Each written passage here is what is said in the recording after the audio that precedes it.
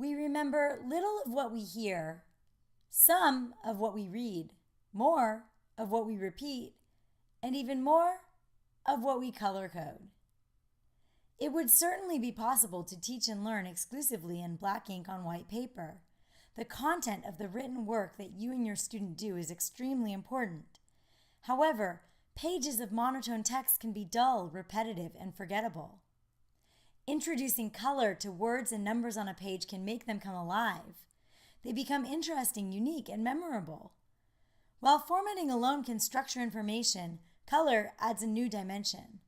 A multifaceted visualization of content helps you and your students create strong connections among and between concepts, making for less challenging and more accurate retention and recall. The use of color to record and retrieve information is not a new idea.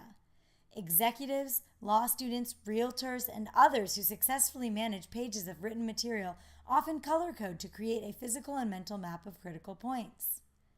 Now, while coloring books are fun for people of all ages, that is not the idea here.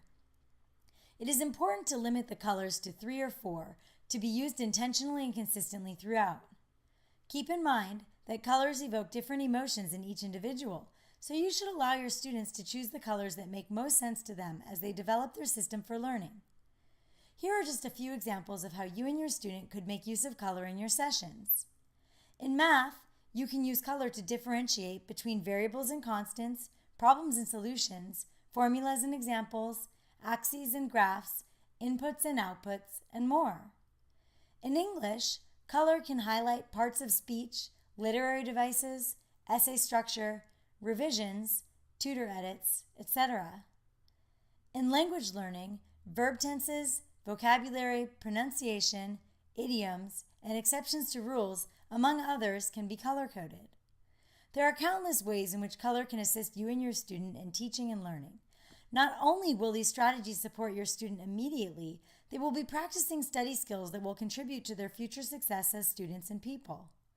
Please reach out to your team leader to locate a quality set of markers, pens, or colored pencils and to brainstorm ideas of how you can implement the effective use of color in your teaching practice. Happy color coding!